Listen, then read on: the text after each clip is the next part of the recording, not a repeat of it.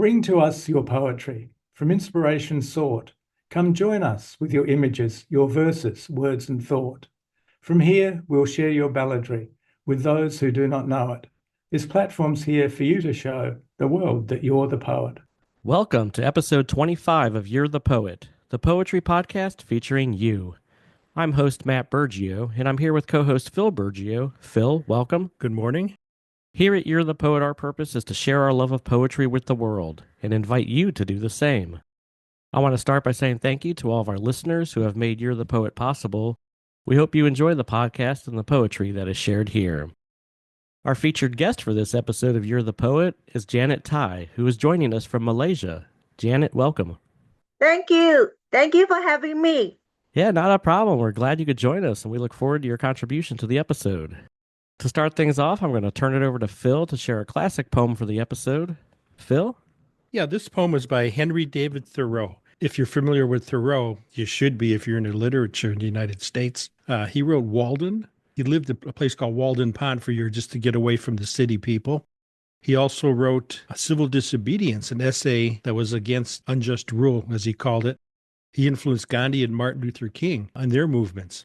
Here's a side note, too, that he's also credited for the pencil, lead pencil. He reintroduced the process back from the 18th century about mixing clay with graphite. Anyway, this poem is called Nature. O Nature, I do not aspire to be the highest in thy choir, to be a meteor in the sky or a comet that may range on high, only a zephyr that may blow among the reeds by the river low. Give me thy most privy place where to run my airy race. In some withdrawn on public mead, let me sigh upon a reed, or in the woods with leafy din, whisper the still evening in. But still work give me to do, only be it near you.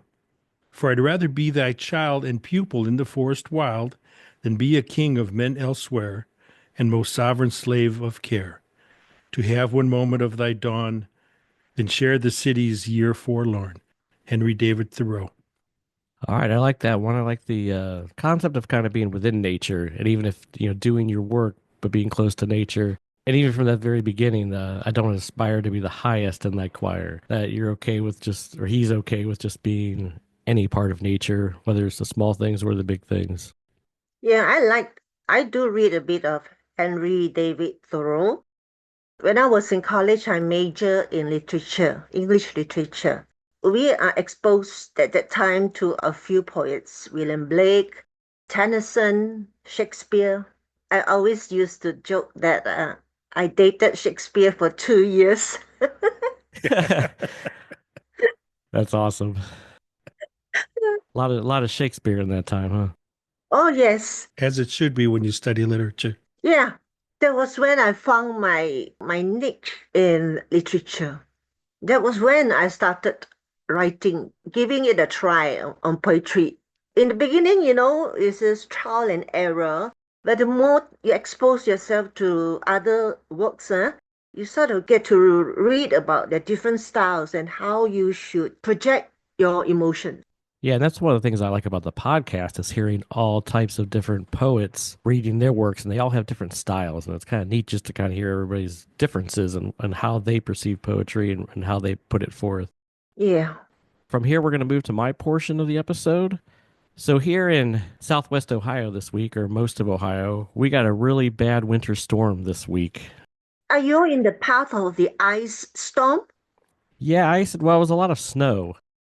We got the most snow here that we'd had in like 17 years. We dodged the ice. It's a little farther south across the river in Kentucky. Hallelujah. We did get about 10 inches of snow, though. Oh. Yeah, in fact, even when I got here to the studio this morning, I parked in just the apron down the longer driveway because it hasn't been plowed or stomped down or anything. It was 10 inches of fresh snow, so I was like, I'm not going to chance it. I was born in late December, and I'm one that loves the snow. Uh, I get a lot of flack for it around here because everybody hates the snow and doesn't like driving in it, and I love the snow. I think it's beautiful. It puts me in a great mood. I get all cheerful and stuff when it's snowing. I love the snow too. And so this poem that I'm going to read today is called Winter's Wondrous View, and it was inspired by a walk I took some years back in Athens, Ohio, when I was living there. And we had a pretty heavy snowfall. And I took a walk down the road, and this is some of my perspectives of the scene that I saw. Winter's Wondrous View. The white arms loom above, cradling the roadway, while a somber silence fills the chilling air, broken by a loud snap and a shower of cotton rain. I tread slowly over the soft blanket, pure and smooth except for the occasional tracks left by nature's friends.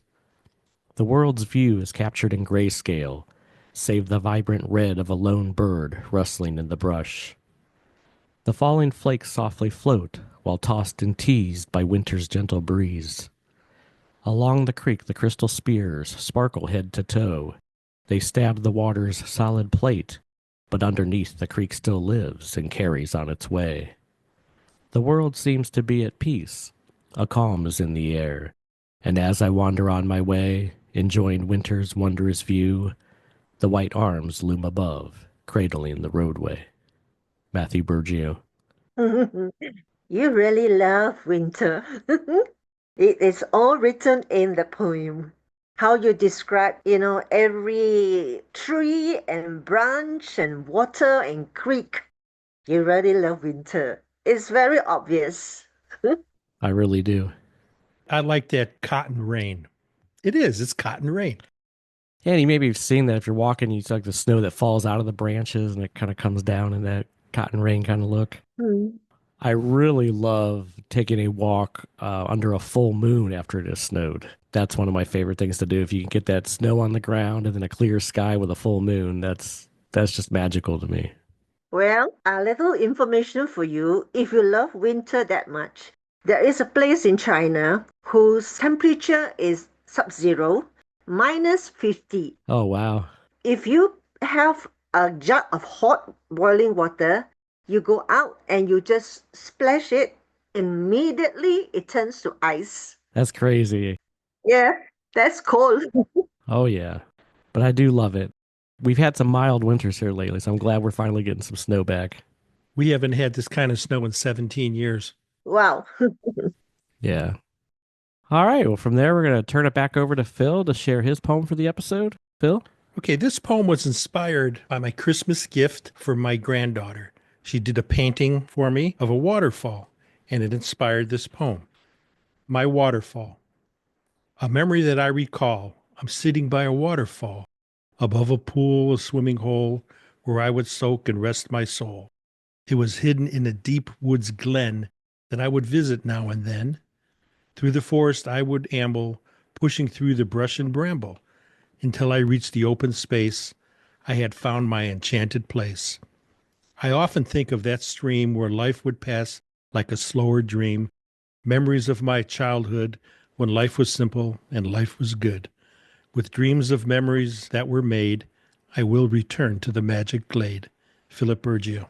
Awesome. A lot of my poems are childhood memories, Okay. memories of people, memories of the past. A few silly poems too. I'm sure they're good memories, right? Most, yeah, sure. Well, yeah, most of them. A couple of sad ones, but listen to our podcast, you will understand. Okay. Now, you shared this poem with me earlier this week, and I was going to ask you, but I was like, I'll wait and ask him on the podcast. Is this inspired by a real place? Kind of. When we were kids, we call it Tinker's Creek. Okay. Up there, and now it's the national park. Okay. Cuyahoga Valley National Park, but it was in there. It was a Cleveland reservation. And they had about, maybe 4-foot waterfall and a nice little swimming hole beneath it. And the family would go there for picnics. That was a fun place, playing under the waterfall. Okay. Yeah, I've been to that Cuyahoga Valley National Park, and there are some waterfalls there. So I wonder if that's some of the same ones. I'm sure. Yeah. Very cool. I love nature. I love taking nature walks. There are a few where I live, places that we can go hiking. Not a very dense forest, just a hill where people go hiking. Yeah, nice. Because our weather here is either hot, freaking hot, or it's cold, or it's rain, flood. Rain, flood. We have no 4 seasons, you see. So whenever I travel, I get to travel, I always choose autumn because autumn is me. Autumn becomes me. I just love autumn. Yeah, that's my favorite season. Where Matt likes winter, I like autumn. Between autumn and winter, I like autumn because I get to see the different color changes on the maple trees, and they always inspire me with poems. I get most inspiration when during autumn. So one year I got a chance to go to Eastern Europe on a guided tour. We went to Budapest, Hungary, Poland, Austria. Everywhere was autumn. So it was beautiful. Episode 1, my first poem, is about autumn leaves. Hmm. I do love the autumn. There are a lot of things about the autumn and fall season that just are great. But I do love my winter and I love the snow. Yeah, I hate my hot weather. You find me in my AC, in my room, the AC on. Right. It was funny. We in the last episode, our guest was from Australia, and we're talking about Christmas and everything, and he's talking about Uh-huh. there how it was 102 degrees Fahrenheit. That Christmas is not cold. Right. All right. From here, we want to move to our guest section of the episode. Janet, you're the poet. Show us what you've got. Okay, first a little intro about myself. Let's not go straight to the poems. The poems can wait. I'm from Malaysia in a town called Malacca. I was born and raised here, and I always tell people probably I might die here too. But that is going to change. I don't intend to die here. Anyway, I married young. I married at 21. I have two sons. Now they're married, and I'm expecting a bun in the oven next June, a grandmother to be. Congrats. Thank you. I am coming to 64 next month. I'm Aquarian. This February, I'm going to Italy on a guided tour. That means I get to spend my birthday in Italy. Oh, Nice. Yes. The first time I reached my milestone of 50, I had great plans. Oh, I want to climb the tallest mountain in my country. Oh, I want to do bungee jumping. Oh, I want to do tandem skydiving. None of them came true. But I did celebrate my 50th in Bali with a few friends. fun. But when I turned 60, lockdown was semi-lockdown because of COVID. I like to share. I'm a very generous person in terms of things or in terms of emotions. So for my 60th, I planned 20 goodie bags for a few friends. So everything inside is the same. I do everything myself. I bake, I do the card, everything, and I give to 20 of my friends. I expected my children to know and to understand mom is celebrating her 60th, her milestone. Let's do something for mom. But unfortunately, it was during the Chinese New Year season. My birthday will always fall within the Chinese New Year season. Unfortunately, my sons all conveniently forget my birthday. Aw. Yes, I took a lot of pictures. I made myself a beautiful cake. I even bought a tiara online just to fit on the cake. I took the picture of the tiara on my head. Everything was wonderful. But by 9 o'clock at night, both of them were not to be seen. Oh, man. I didn't want to call them up. I was very disappointed. In anger, I just used my hand to scoop that chunk of cake, take a few bites, and the rest I throw away. And then I tell myself, no more. I'm not going to do anything for my birthdays because it's a total disappointment. Well, I tell you what, I always view my birthday as my personal holiday, so I don't really usually mind what other people are doing. I'm like, that's my day. So, But to me, it's different. It's very important to me because my birthday is also my rebirth day. I had breast cancer in 2003. I went through all the shebang of chemo and everything.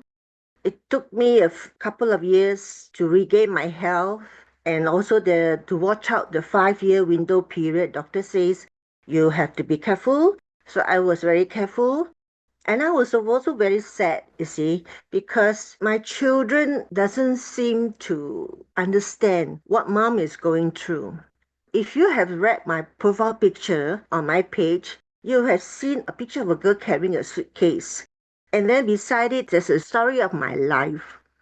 Unfortunately, I'm being abused. I went through abuse from my spouse. And due to that abuse, that severe duress of 4 months, I got cancer. Cancer came for me. I'm a Baptist. I was asking myself, looking up, God, is there any more things you want to give me? It's like he's testing me.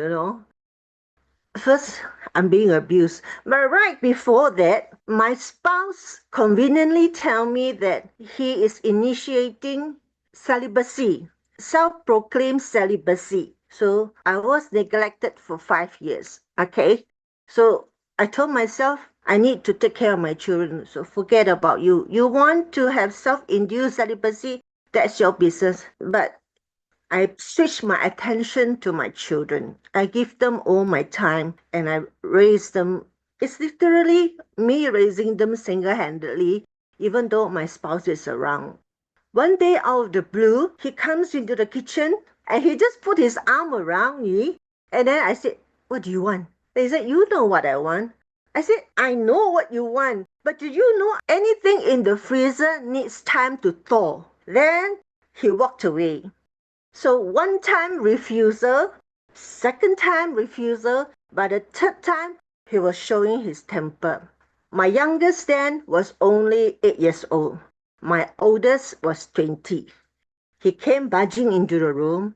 He said, you either give me what I want or you suffer the consequences. Because he holds the purse strings. Both my children were helpless and so was I. I was working in this government job, but my pay wasn't that big for me to sustain. That is called emotional blackmail, all right? And when he barged into that room that night, my youngest was crying. He was traumatized. He was terrified. He said, Papa has never shown his temper like that. So I got to sit down and weigh the consequences. What am I going to do? Am I going to let my children suffer from the trauma or do I give in to him? In the end, I have to think of my children because if they're traumatized, how do they grow up to be young men with proper mindset? Mental issues are not as easy to solve as physical issues. You are sick, flu, you take a pill and you're all right. But mental issues, it takes a long time. It stays with you. So I sacrificed myself, all right? Then he was satisfied, okay? I was a sacrificial lamb. This went on for a couple of months. And then I was praying. I said, if this go on anymore, I don't think I can take it. I have to just let everything go. That is when God stepped in to intervene. God gave him a mild stroke, just enough to warn him.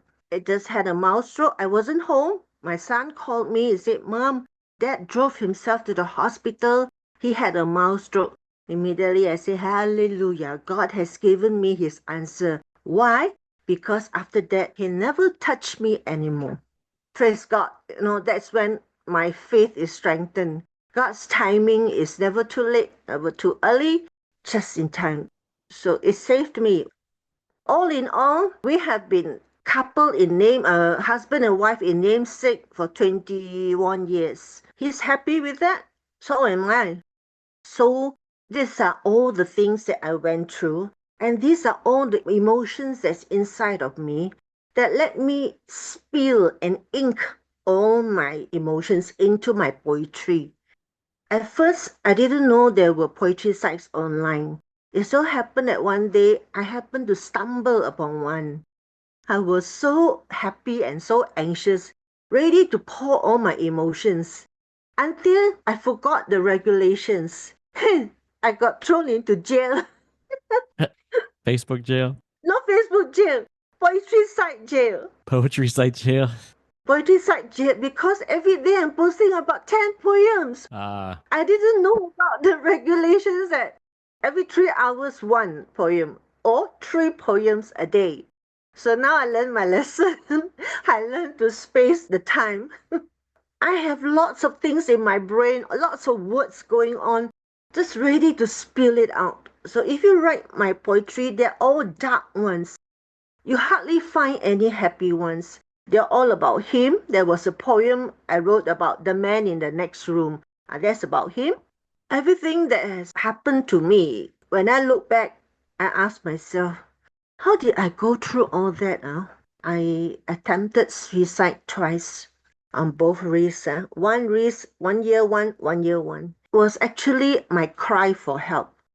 I didn't really meant to die. It's just like a threat because everyone was home. So now I can't divorce because a single petition divorce would cost me an arm and leg.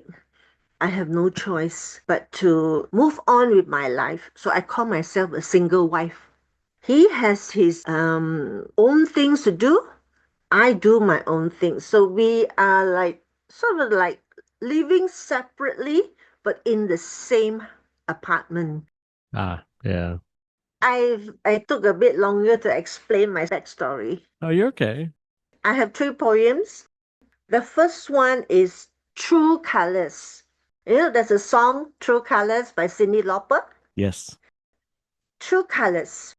Thank you for wielding your control over me like a tyrant. I've learned to be resilient. Thank you for your neglect, for your abuse. It brought out a strength in me that I never knew. Thank you for putting me under so much duress that cancer came to invade and I went battling valiantly. Thank you for showing me your true colors. I no longer needed rose-tinted glasses. Though I am still in bondage, unable to detach, you're no longer a threat to me. I'm a survivor, not a victim. Janet. All right. Thank you for sharing. Your story explains the poem really good. Yes. So now that we know about the poem, it makes a lot more sense. Yeah, that's why I needed a little more time to explain my backstory.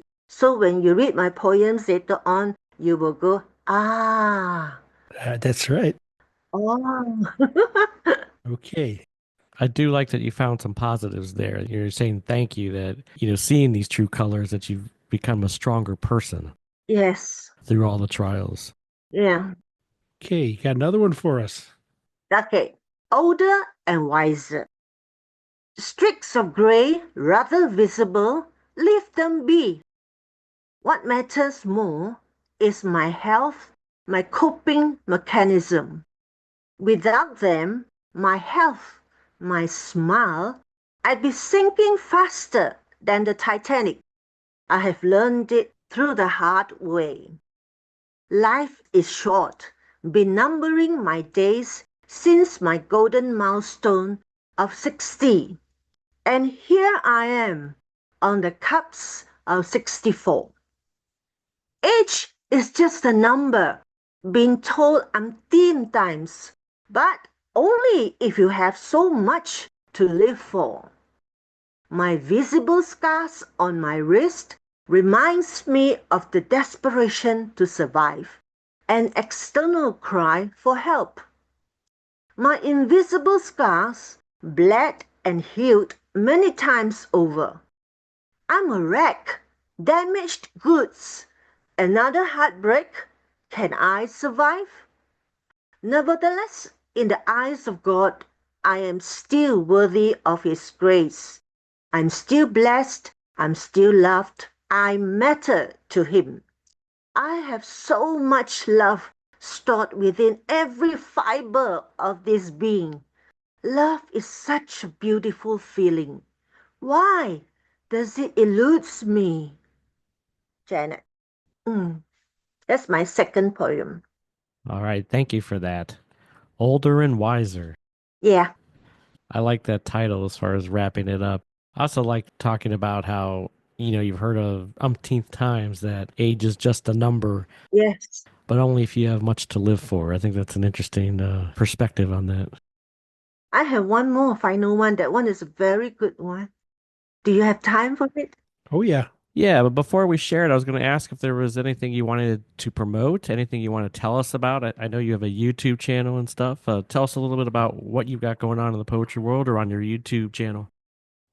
YouTube channel is mostly where I go for my vocal lessons and I do the studio recording. It's been going on since 2018. I sing. I sing any songs that I choose. I can sing Chinese. I can sing Mandarin songs. So you'll find a variety of songs. It makes me feel good. Singing is my passion. I'm not a singer that can go for The Voice or, America Got Talent. I just love to sing, that's all. I have to check that out. I'll have to check out your singing. Yeah, I visited the YouTube channel and I was thoroughly entertained. I definitely think it's worth checking out. Where can they find that? What can they look you up under on YouTube? Can you spell that for them, the name? You spell as DUPAPILLONNOIR.